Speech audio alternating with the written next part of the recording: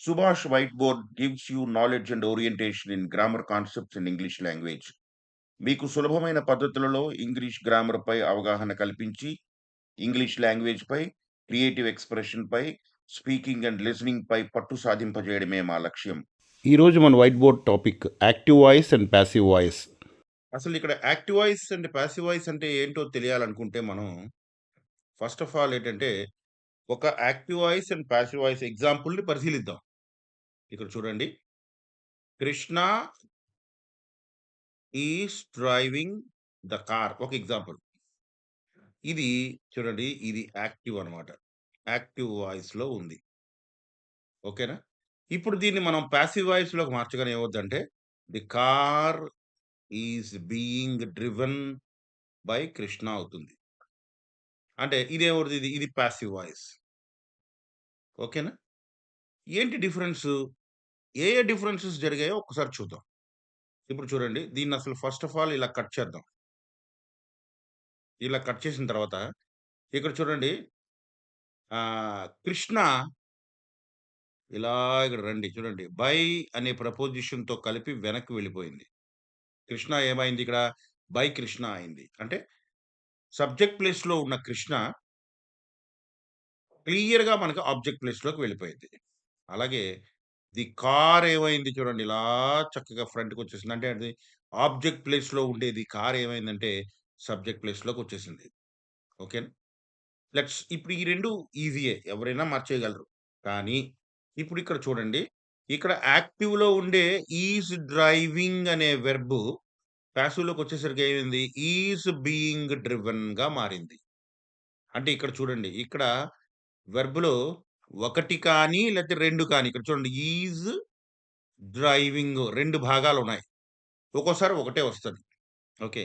ఏదైనా కూడా పాసివ్‌లోకొచ్చేసరికి చూడండి. ఈస్ బీయింగ్ డ్రివెన్ అనే ఇక్కడ 3 భాగాలు చూడండి. 1, 2, 3 భాగాలుగా మారింది. అసలు ఈ చేంజ్ ఎలా జరుగుతుంది? ఎలా వస్తే ఎలా మార్చాలనేది మన నెక్స్ట్ కాన్సెప్ట్.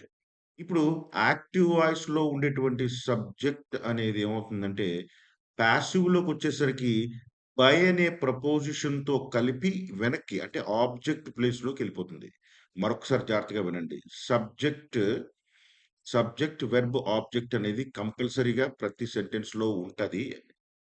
అలాంటిది సబ్జెక్ట్ ఏమవుతుందంటే, బై అనే ప్రపోజిషన్‌తో కలిపి ఎక్కడికి వెళ్తుంది? ఆబ్జెక్ట్ ప్లేస్‌లోకెళ్ళిపోతుంది. అది ఒకటి. రెండో పాయింట్ చూసినట్లయితే, వెనకనుండేటటువంటి ఆబ్జెక్ట్ ఏమవుతుందంటే, సబ్జెక్ట్ ప్లేస్‌లోకొచ్చేస్తుంది. ఓకే. సబ్జెక్ట్ ఏమో బై అనే ప్రపోజిషన్‌తో కలిపి వెనక్కి వెళ్ళిపోతే, ఆబ్జెక్ట్ ఏమో సబ్జెక్ట్ ప్లేస్‌లోకొచ్చేస్తుంది. ఇప్పుడు రెండో పాయింట్ ఏంటంటే చూడండి, పాసివ్ వెర్బ్ ఇక్కడ యాక్టివ్ వెర్బ్ నుండి మనం ఏం చేస్తున్నాం? పాసివ్ వెర్బ్‌లోకి మార్చేటప్పుడు, పాసివ్ వెర్బ్‌కి చివర ఇదిగో ఇది పాసివ్ వెర్బ్ అనుకుందాం. ఈ టోటల్ ఇక్కడ నుంచి ఇదంతా పాసివ్ వెర్బ్ అంటే, ఖచ్చితంగా పాసివ్ వెర్బ్‌కి చివర ఏముండాలి? వి3 అదే అంటే యాక్టివ్‌లో ఉండే ఏ వెర్బ్ అయితే ఉందో దాని తాలూకా వి3 వస్తుంది. వి3 అంటే ఏంటి? దీన్ని మనం పాస్ట్ పార్టిసిపుల్ అంటాం. ఓకే. ఖచ్చితంగా వెర్బ్ చివర అంటే ప్రతి పాసివ్ సెంటెన్స్‌లో కూడా మనకి చివర ఏముంటుంది? వి3 ఉంటుంది. అంటే ఏ వెర్బ్ అయితే యాక్టివ్‌లో ఉందో దాని తాలూకా వి3 ఖచ్చితంగా వస్తుంది. ఎక్కడ? మొత్తం పాసివ్ వెర్బ్ చివర. సపోజ్ పాసివ్ వెర్బ్‌లో 3 భాగాలున్నాయి. ఈ 3 భాగాల్లో చివరి భాగం ఖచ్చితంగా వి3 అవుతుంది. ఓకే. రెండో పాయింట్. మూడో పాయింట్ చూద్దాం. యాక్టివ్‌లో ఏదేని హెల్పింగ్ వెర్బ్ ఉన్నట్లయితే, అది ఎక్కడికొచ్చేస్తుంది? పాసివ్‌లోకి మారిపోతుంది. వచ్చేస్తుంది. అంటే యాక్టివ్ సెంటెన్స్‌లో మనకి నార్మల్‌గా యాక్టివ్ సెంటెన్స్ ఇచ్చి పాసివ్‌లో రాయమంటాడు కదా! అందులో ఉండే హెల్పింగ్ వెర్బ్ ఏదైనా ఉన్నట్లయితే, అది ఖచ్చితంగా పాసివ్‌లో అదే ప్లేస్‌లోకొచ్చేస్తుంది. ఒక ఎగ్జాంపుల్ చూస్తే మనకి క్లారిటీ వస్తుంది. ఓకే. ముందు ఒకసారి రూల్స్ పరిశీలించిన తర్వాత ఎగ్జాంపుల్‌కెళ్దాం. తర్వాత యాక్టివ్‌లో అంటే మీకివ్వబడిన సెంటెన్స్ యాక్టివ్ సెంటెన్స్ కదా! యాక్టివ్‌లో ఉండే ప్రిన్సిపాల్ వెర్బ్ ఏమవుతుందంటే, ప్రిన్సిపాల్ వెర్బ్ ఈక్వలెంట్ బీ ఫార్మ్‌గా మారుతుంది. ఇక్కడ చాలా జాగ్రత్తగా అర్థం చేసుకోవాలి. యాక్టివ్‌లో ఇవ్వబడినటువంటి ప్రిన్సిపాల్ వెర్బ్ పాసివ్‌లోకొచ్చేసరికి ఈక్వలెంట్ బీ ఫార్మ్‌గా మారుతుంది. ఏంటి బీ ఫార్మ్? అంటే ఇక్కడ మనం ఏం చేయాలంటే ప్రిన్సిపాల్ వెర్బ్ ఫార్మ్‌కి బీ ఫార్మ్‌ని సబ్‌స్టిట్యూట్ చేయాలి. ఎగ్జాంపుల్ చూడండి కిందనిచ్చారు. సపోజ్ టేక్ ఉందనుకోండి. టేక్ అంటే ఇదేంటిది ఇది వి1 కదా! అలాగే బిలో వి1 ఇది. ఇది వి1ఏ. ఎక్కడ బి అనే వెర్బ్ తాలూకా వి1. అంటే టేక్ ఏమవుతుంది? బి అవుతుంది. బి అంటే ఏంటంటే అవుతుంది? యామ్ చూడండి ఇక్కడ యామ్, ఈస్, ఆర్ ఏది అగ్రీమెంట్ ప్రకారం ఏది కావాలంటే అది వస్తుంది. కంగారు పడక్కర్లేదు. ఎగ్జాంపుల్ చూస్తే మనకు అర్థమైపోతుంది. వి1 వస్తే బి తాలూకా వి1 వస్తది ఇక్కడ కరెక్ట్‌గా చెప్పాలంటే. అలాగే ఇక్కడ చూడండి ఇది టేక్ తర్వాత టుక్. టుక్ అంటే టేక్ తాలూకా రెండో ఫార్మ్ అంటే పాస్ట్ ఫార్మ్ ఇది. వచ్చినట్లయితే అలాగే బి తాలూకా రెండో ఫార్మ్ అంటే బి తాలూకా రెండో ఫార్మ్ ఏది? వజ్ ఆర్ వర్ వస్తుంది. ఓకేనా? టుక్ అంటే టేక్ అంటే వి1 టుక్ రెండో ఫార్మ్ కాబట్టి టుక్ తాలూకా ఈక్వలెంట్ బి ఫార్మ్ ఏది? వజ్. బి తర్వాత పాస్ట్ ఫార్మ్ ఏదంటే వజ్ వస్తుంది. అలాగే ఇది వి3 టేకెన్ కదా ఇది. అంటే పాస్ట్ పార్టిసిపుల్ ఫార్మ్. ఇదేంటిది ఇది వి3 కదా! ఈ వి3 వచ్చినప్పుడు బి తాలూకా వి3 వస్తుంది. బి తాలూకా వి3 ఇది. ఓకేనా? టేక్ బి నౌ అంటే టేక్ టుక్ టేకెన్ ఎలాగైతే కాంజుగేషనో అలాగే బీ వర్స్ బీన్ కూడా కాంజుగేషన్. అర్థమైందా? బి ఏమో ప్రెజెంట్ ఫార్మ్, వజ్ ఏమో పాస్ట్ ఫార్మ్, బీన్ ఏమో పాస్ట్ పార్టిసిపుల్ ఫార్మ్. ఇటుపక్కొస్తే టేక్, టుక్, టేకెన్. అలాగే టేకింగ్ ఉందనుకోండి. Taking present participle form. అదేమవుతుంది? బీయింగ్‌గా మారుతుంది. ఓకే. టేకింగ్ ఉంటే ఏమవుతుంది? బీయింగ్‌గా మారుతుంది. ఇప్పుడు ఒక ఎగ్జాంపుల్‌లో మనం చాలా చక్కగా దీన్ని రిఫర్ చేయొచ్చు. ఏం జరుగుతదనేది ఒక ఎగ్జాంపుల్‌లో మనం ఇప్పుడు చూద్దాం. ఇప్పుడు మనం ఒక ఎగ్జాంపుల్ ట్రై చేద్దాం. అదేంటంటే సపోజ్ చూడండి నేను వైట్ బోర్డ్ మీద రాస్తాను. Raju is writing a letter. Raju is writing a letter అనే ఎగ్జాంపుల్ ఇప్పుడు మనం ట్రై చేద్దాం. ఫస్ట్ ఆఫ్ ఆల్ ఎగ్జాంపుల్ చూడగానే దీనిలో సబ్జెక్ట్, వెర్బ్, ఆబ్జెక్ట్స్‌ని మనం వేరు చేయాలి. చూడండి ఇక్కడ నేను subject, verb, object. Raju subject, is writing ఏమో వెర్బ్. చూడండి ఇక్కడ. ఇది is writing verb, A letter object. ఇప్పుడు ఒక్కొక్క పాయింట్‌ని అప్లై చేద్దాం. ఫస్ట్ పాయింట్ ప్రకారం చూడండి. సబ్జెక్ట్ ఉంటే ఏమవుతుంది? బై అనే ప్రపోజిషన్‌తో కలిపి ఆబ్జెక్ట్ ప్లేస్‌లోకెళ్ళిపోతుంది. ఇక్కడ రాజు ఉంది కదా! ఈ రాజు వెనక్కి వెళ్ళిపోతుంది చూడండి. ఆబ్జెక్ట్ ప్లేస్‌లోకి బై రాజు. అలాగే రెండో పాయింట్ చూడండి. ఆబ్జెక్ట్ ఏమవుతుంది? సబ్జెక్ట్ ప్లేస్‌లోకొచ్చేస్తుంది. అంటే ఇక్కడ ఏ లెటర్ కదా! ఏ లెటర్ ముందుకొచ్చేస్తుందన్నమాట. చూడండి ఇక్కడ. ఏ లెటర్. ఓకే. ఇప్పుడు వెర్బ్‌ని మార్చాలి మనం. అంటే పాయింట్ నంబర్ 1 అయిపోయింది. ఇప్పుడు చూడండి. పాయింట్ నంబర్ 2 చూద్దాం. వెర్బ్‌ని మార్చాలంటే మనం ఏం చేయాలంటే, ఈ వెర్బ్ ప్లేస్‌ని మనం 3 భాగాలు చేయాలి. కరెక్ట్‌గా. 3 భాగాలు చేసిన తర్వాత చూడండి. రెండో పాయింట్ చూడండి. పాసివ్ వెర్బ్ చివర వి3 అంటే పాస్ట్ పార్టిసిపుల్ వస్తుంది. అంటే పాసివ్ వెర్బ్ అనేది 3 భాగాలుగా ఉంటది. ఇదొక భాగం, ఇదొక భాగం, ఇదొకటి మొత్తం 3. ఇందులో చివరి భాగంలో ఏమొస్తుందంటే ఖచ్చితంగా మనకి వి3 వస్తుంది. అంటే పాస్ట్ పార్టిసిపుల్. ఇప్పుడు ఇక్కడికొద్దాం. ఇది ఒకటో భాగం, ఇది రెండో భాగం, ఇది మూడో భాగం కాబట్టి మూడో భాగంలో మనం ఏం చేద్దామంటే ఇక్కడ రైట్ అనే వెర్బ్ కదా ఉంది.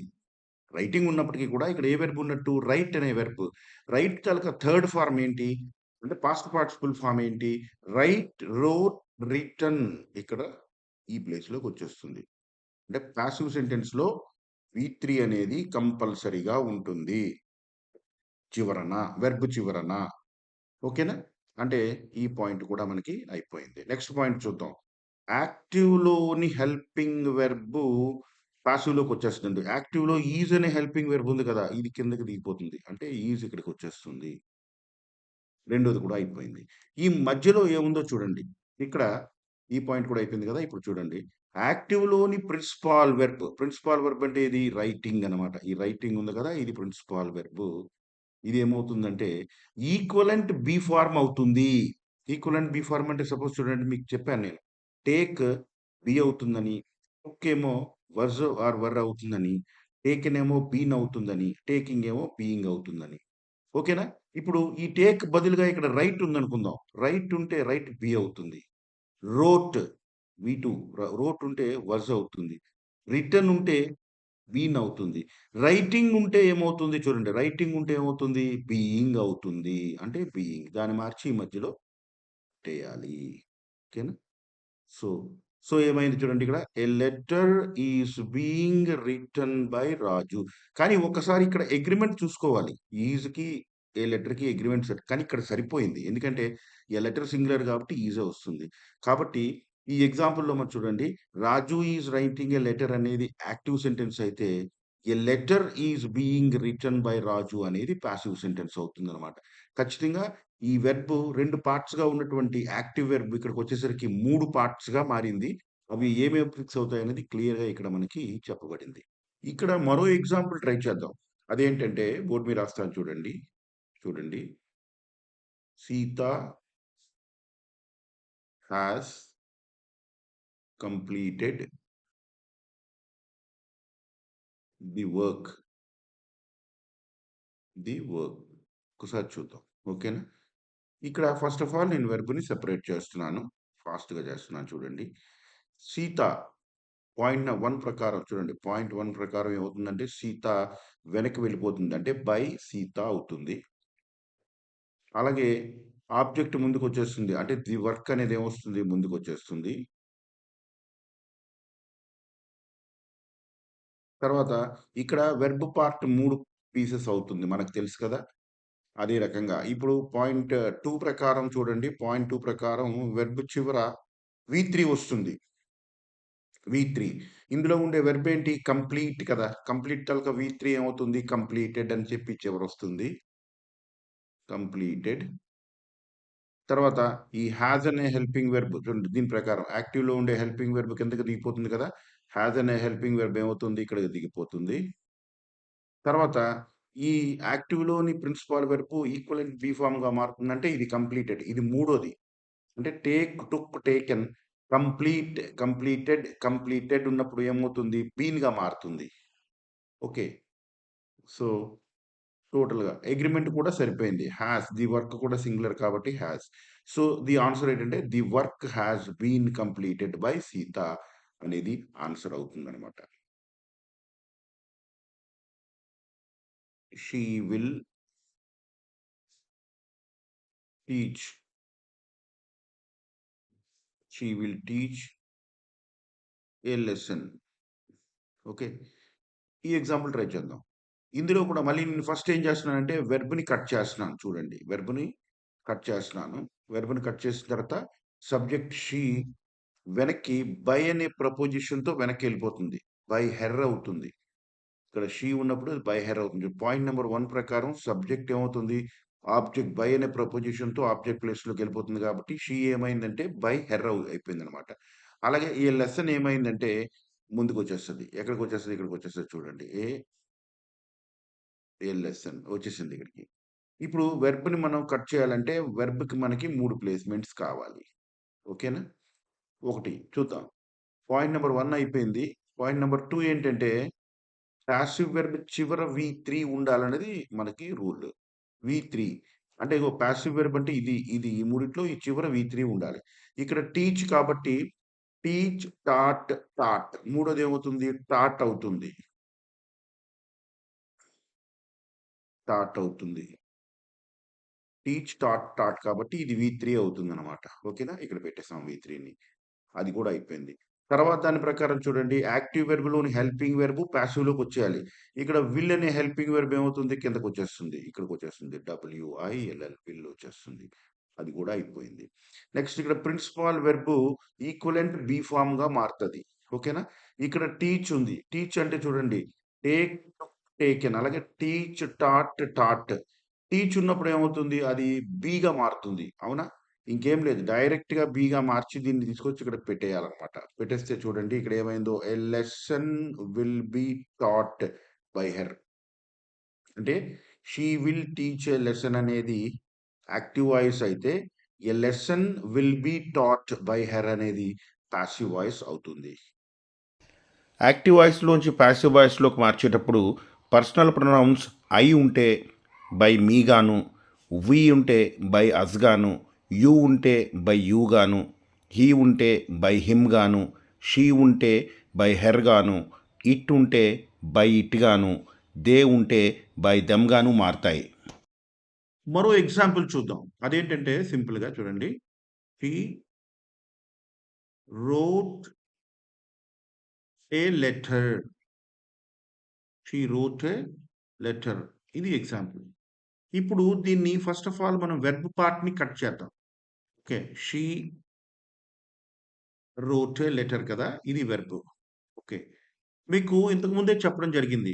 యాక్టివ్ వెర్బ్ ఒక్కొక్కసారి హెల్పింగ్ వెర్బ్, ప్రిన్సిపల్ వెర్బ్‌గా ఉంటది. ఒక్కొక్కసారి హెల్పింగ్ వెర్బ్ ఉండదు. ప్రిన్సిపల్ వెర్బ్ మాత్రమే ఉంటది. చూడండి ఈ వెర్బ్ ప్లేస్‌లో ప్రిన్సిపల్ వెర్బ్ మాత్రమే ఉంది. దీని ముందు హెల్పింగ్ వెర్బ్ లేదు. అయినా మనకు ప్రాబ్లమ్ ఏమీ లేదు. మనం ప్రొసీజర్ ప్రకారం చేసేద్దాం. ఇక్కడ చూడండి సబ్జెక్ట్ షీ వెనక్కెళ్తే ఏమవుతుంది? బై అనే ప్రపోజిషన్‌తో కలిసి బై హెర్‌గా మారుతుంది. ఓకే. ఏ లెటర్ అనేది ఆబ్జెక్ట్. అది ముందుకొచ్చేస్తుంది చూడండి. ఏ లెటర్ ముందుకొస్తుంది. ఓకేనా? ఏ లెటర్ ముందుకొస్తుంది. ఇప్పుడు వెర్బ్‌ని మారుద్దాం. ఇక్కడ ఇది యాక్టివ్ వెర్బ్. మనం ఇప్పుడు రాయాల్సింది పాసివ్ వెర్బ్. మీకు తెలుసు పాసివ్ వెర్బ్‌లో 3 భాగాలుంటాయి. ఈ 3 భాగాల్లోకి మనం ప్రొసీజర్ ప్రకారం మార్చాలి. దాని ప్రకారం ఏంటంటే చూడండి మీదికెళ్ళి చూసినట్లయితే ఈ 3 భాగాల్లో చిట్ట చివరి భాగం ఏంటంటే వి3 ఉంటుంది.